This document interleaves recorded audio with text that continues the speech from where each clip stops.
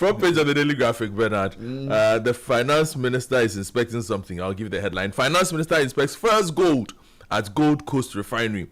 I see a photo of the finance minister in a conversation with Sami Jemfi, CEO of Gold Board, and Dr. Saeed. So it's the same thing, right? If you just export your gold without adding any value to it here, because in the value chain, those who add value make more money. And in the gold world is UAE, Switzerland, China, and even now Saudi Arabia.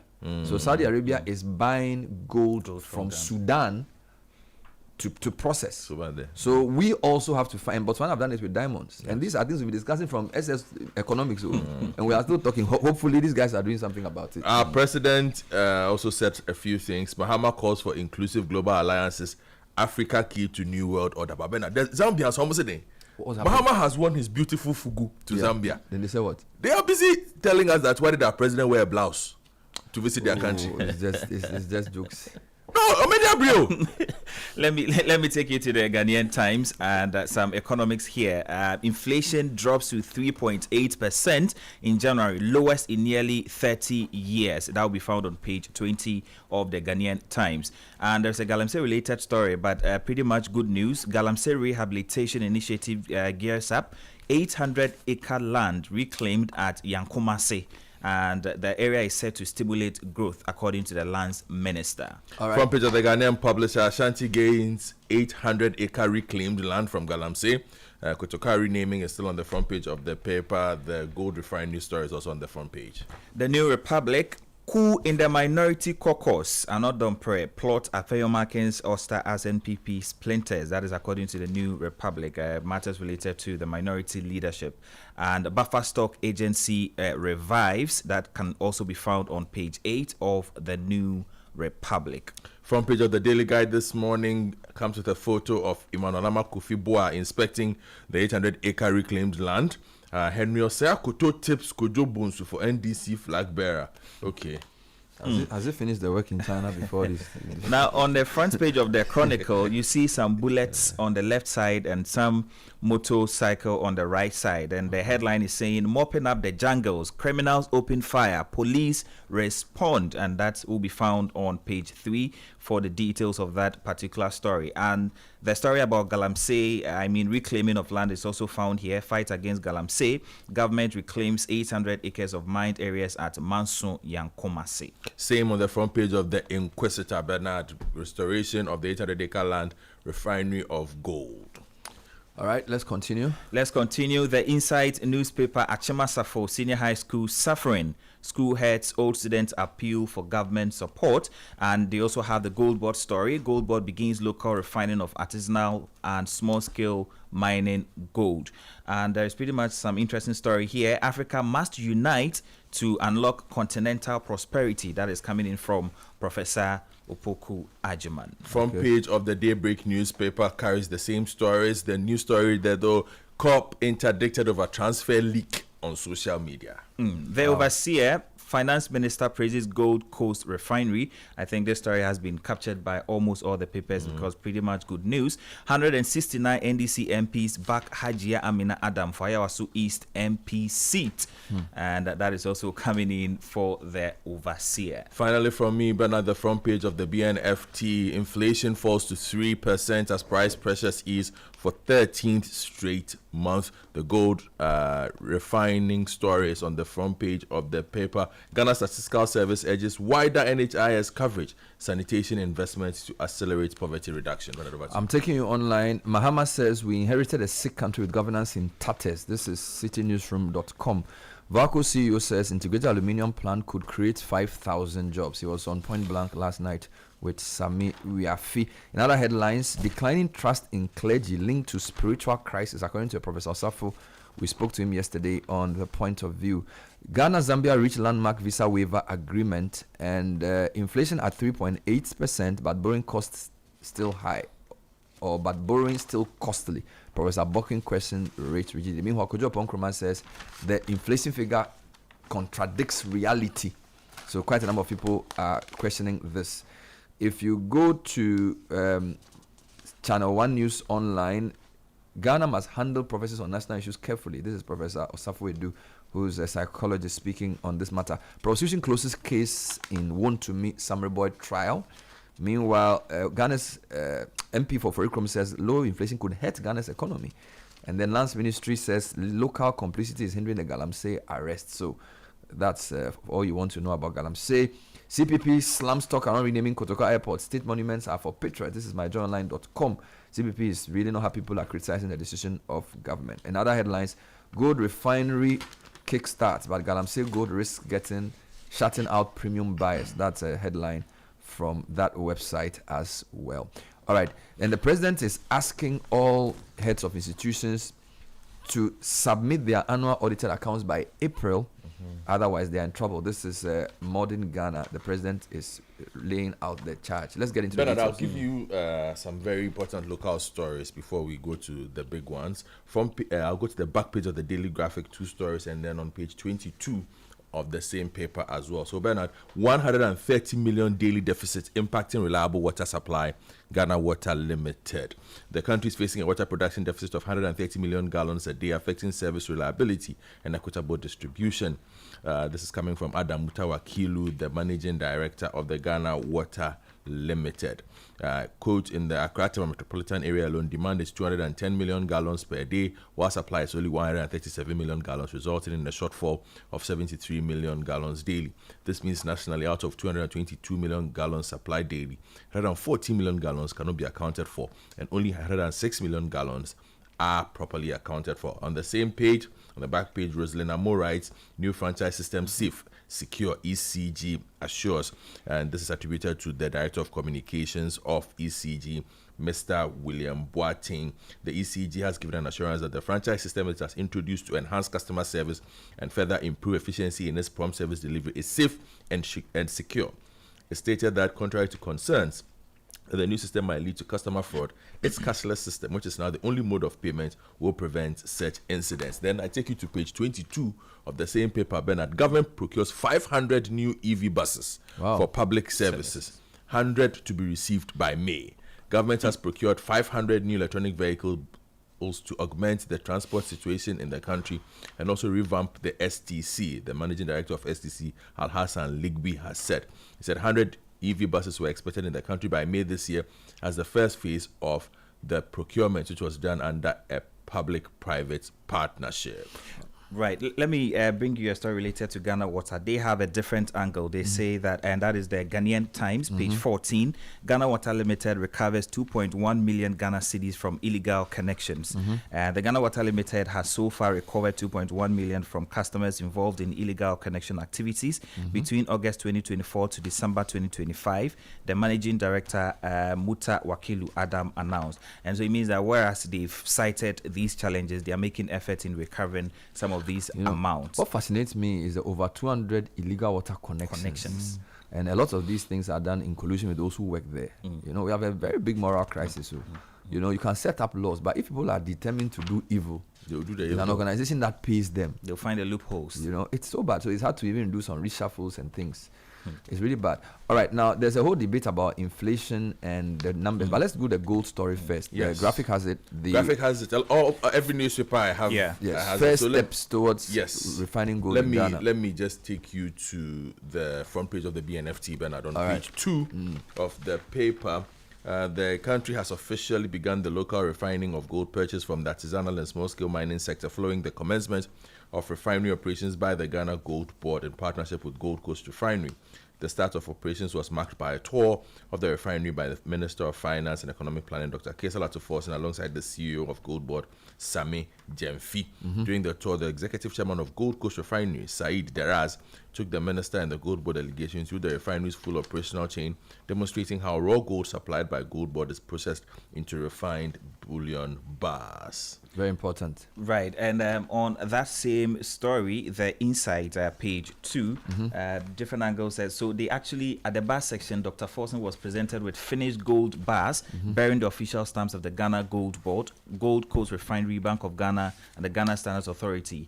According to Dr. Derez, the refinery has the capacity to process up to 2 tons of gold per week, although the current agreement with Gold Board provides for the refining of 1 ton weekly. And so it means action in that regard. Let me take you to page 3 of the Daily Guide, and they also talk about the other big story for this morning, the reclamation of 800 acres of Galamsey land at Nyankumasi. The government has reclaimed 800 acres of land degraded by illegal mining at Nyankumasi in the Manso Edubia district of the Ashanti region under the Galamsey Rehabilitation Project. The initiative forms part of President John Dramani Mahama's broader commitment to restore lands destroyed by years of unregulated mining and return them to productive use for agriculture and other economic activities.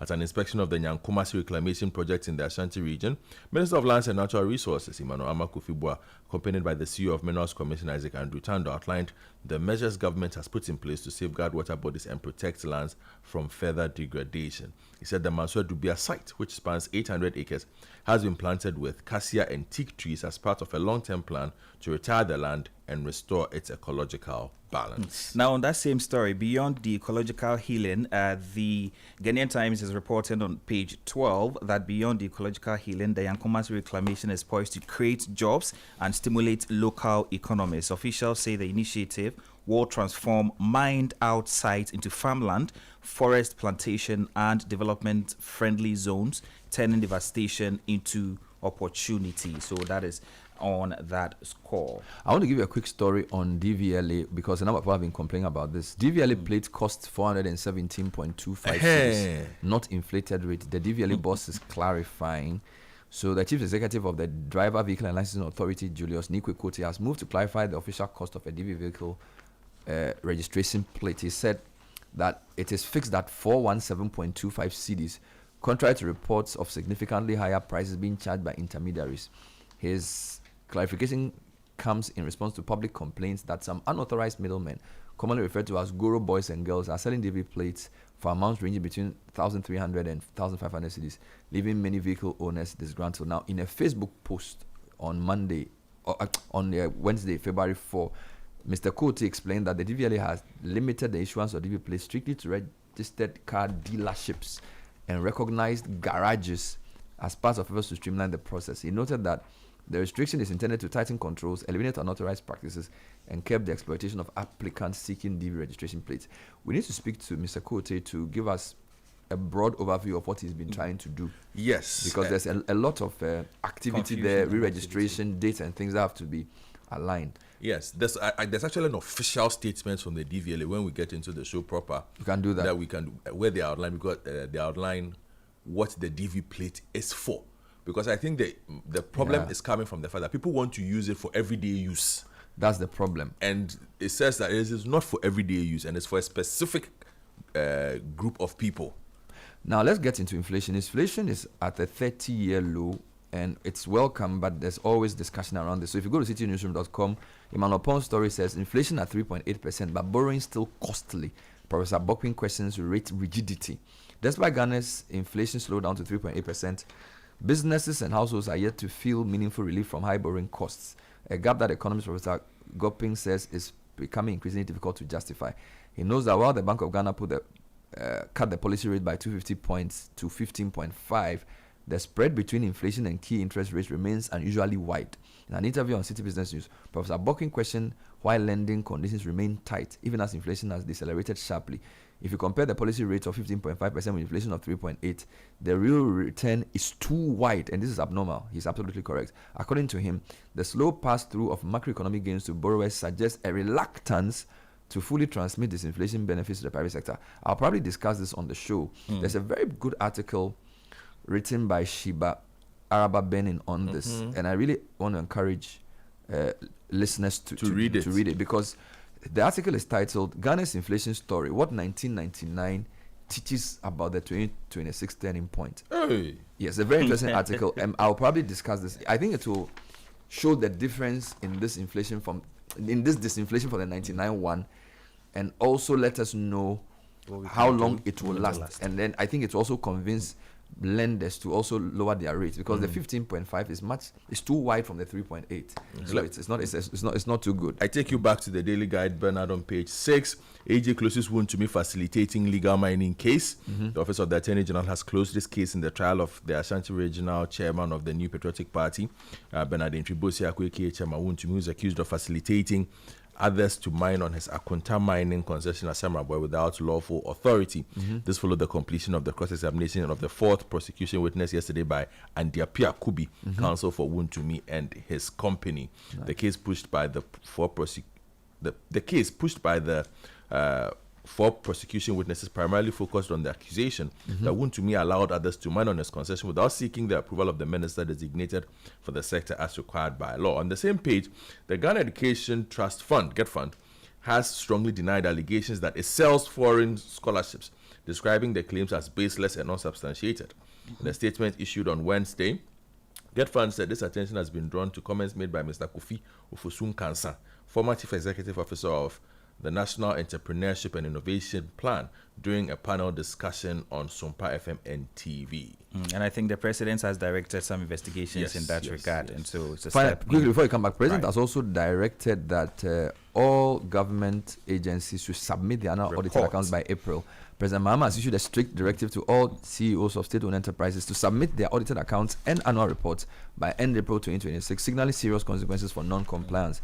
Speaking to Ghanaians living in Zambia on Wednesday, the President expressed concern over years of neglect by several SOEs, which he said undermine transparency and accountability. Speaking of SOEs, yesterday, Valco CEO was on the Point Blank segment of Eyewitness News, and he was quite optimistic that the integrated aluminium plant will create 5,000 jobs. So that's Dr. Robert Malika Sambian says government's plans for an integrated aluminium industry could position Valco as one of the biggest aluminium smelters on the African continent. Dr. Sambian told Samiri Afit that the long-term vision is to transform Valco into Africa's biggest single-site smelter, with a target of producing more than 1.5 million metric tons of aluminium by 2035. Let me take you to the Insights, page 3. Pretty much an interesting story. Cancer. MPs call for collective action against disease burden in Ghana. I thought we would talk about airport renaming. Inside there, Kwame Nkrumah. Members of Ghana's parliament have called for a collective national effort to address the growing burden of cancer, warning that the disease has become a major public health and development challenge, requiring urgent and coordinated action. The call was led by the Member of Parliament for Ablikuma North, Irabina Oben, in a statement on the floor of Parliament to mark World Cancer Day 2026. And so that happened in Parliament yesterday. Let me take you to the Daily Graphic again, Bernard. The President is in Zambia on a state visit, but before then he was in Dubai for the World Government Summit. And Kester Abram Kranchi reports that President Mahama has called for a fundamental revision of global alliances, arguing that they must move beyond old blocks and rivalries to tackle shared existential threats and include Africa as an equal partner in shaping the future. Sticking with the President, like I said, he's currently in Zambia. And Kester Abram Kranchi is still with him on page 27 of the paper. He arrived in Zambia to commence a 3-day visit to deepen the long-standing bilateral relations between the two countries. I wanted to touch on a quick story for you on the economy. The High Street Journal has a very interesting story. It says, beyond the banks, inside Ghana's quiet dollar marketplace. And it says Ghana's quiet parallel dollar market widens exchange gaps, raises import costs, fuels inflation pressures, and exposes fragile forex access despite official currency stability and policy interventions. And it's a story by Makida El Husseini. It says, in Ghana's main trading centers such as Accra, Kumasi, and Takoradi, many businesses are quietly buying and selling dollars outside the formal banking system. This parallel foreign exchange market, though often informal, has become an important part of daily commercial life. For traders, importers, and ordinary consumers, it's no longer unusual to source dollars through personal networks and forex dealers rather than through banks. Some call it abochi. On paper, Ghana's currency appears relatively stable. The Bank of Ghana's interbank exchange rate currently puts the cedi at 10 cedi, 94 pesos per dollar. These are the figures used by the banks and published in official data. But on the streets and in the markets, the reality is different. At many forex bureaus, the dollar sells for far more than it does at banks. In some cases, customers are paying above 12 cedis for a single dollar, depending on availability and demand. This gap between the official rate and what people actually pay matters deeply, and it then goes on to talk about the effects on the economy. It's a nice read, and I think you can get a copy of the paper. There's a story I want to touch on page 3 of the Daybreak. Cop interdicted over transfer leak on social media. The Ghana Police Service has ordered the immediate interdiction of Corporal George Ekwamwa Bredu, a senior officer of the K9 unit at the national headquarters, for leaking police transfers on social media without authorization. According to a police wireless message, the interdiction was directed by the IGP through the appropriate command structure. The directive further ordered that all weapons, uniforms, and other police accoutrements in the possession of the interdicted officer be collected and placed in safe custody. The reason why I'm reading this story is when you spend time on social media, you realize that, Bernard, the police men and women, they do a lot of these things on social media. Is it being allowed? Yeah, like they are filming counterback, then they'll be doing TikTok live. Police people? Yeah. And some of them do TikTok live and all. TikTok live with whilst they are working. Like they will show you the jail, and then for 5 now. For what? We've done this, we've done that. There's been a situation where we've had seriously private flights arrive and land somewhere, and the policeman or woman on duty we just put on live. We'll put on live and say, today this flight has arrived. As things that are not supposed to be. Let me end with a Kokobo This is story. social media training. They need to stop. Let me give you a Kokobo story. So you were asking about Kokobo. Yes, so tell me there's a about story it. on Modern Ghana that says buyers find Ghana's cocoa very expensive and switch to other countries, and they are quoting CEO Randy Abbey. The CEO of the Ghana Cocoa Board, Randy Abbey, has revealed that international buyers are increasingly finding Ghanaian cocoa too expensive, prompting them to buy from other producing countries. He said this situation has disrupted the country's financing model and is partly responsible for delays in payment for farmers for their sold cocoa beans. Speaking on Accra-based TV3's Newsday on Wednesday, Dr. Abbey explained that the country's cocoa prices are higher than in neighboring countries. You know, we have a certain premium for our cocoa, making it less competitive internationally. Currently, the buyers find our cocoa too expensive as compared to how much is being sold in other jurisdictions. The buyers are switching to places where the crop is far cheaper. The interview writer does not mention, but I suspect it could be Ecuador. I don't know if Cote d'Ivoire is included. No, because Cote d'Ivoire is in a similar state as we are. Yeah, Dr. Abbey attributed the problem to the collapse of long-standing syndicated loan model, which previously financed cocoa purchases. So basically, you take a loan, pay cocoa farmers, and then the risk is shared by the bank. So I'm not even sure. Well, Charlie, he's in the middle. You should stop. That's why they put him there. Yeah. So what's the solution? What's the solution to the problem? I think it's in the story. So the Cocoa Board CEO noted that the sustainable approach will soon ensure that farmers and stakeholders are adequately supported. We have a new financing model in the works with the Ministry of Finance. He assured that the new model will stabilize payments to farmers and make Ghanaian cocoa competitive internationally while maintaining a sustainable financial structure. So it's in the model. He's working on it with the finance people. Thank you, gentlemen. Thank you.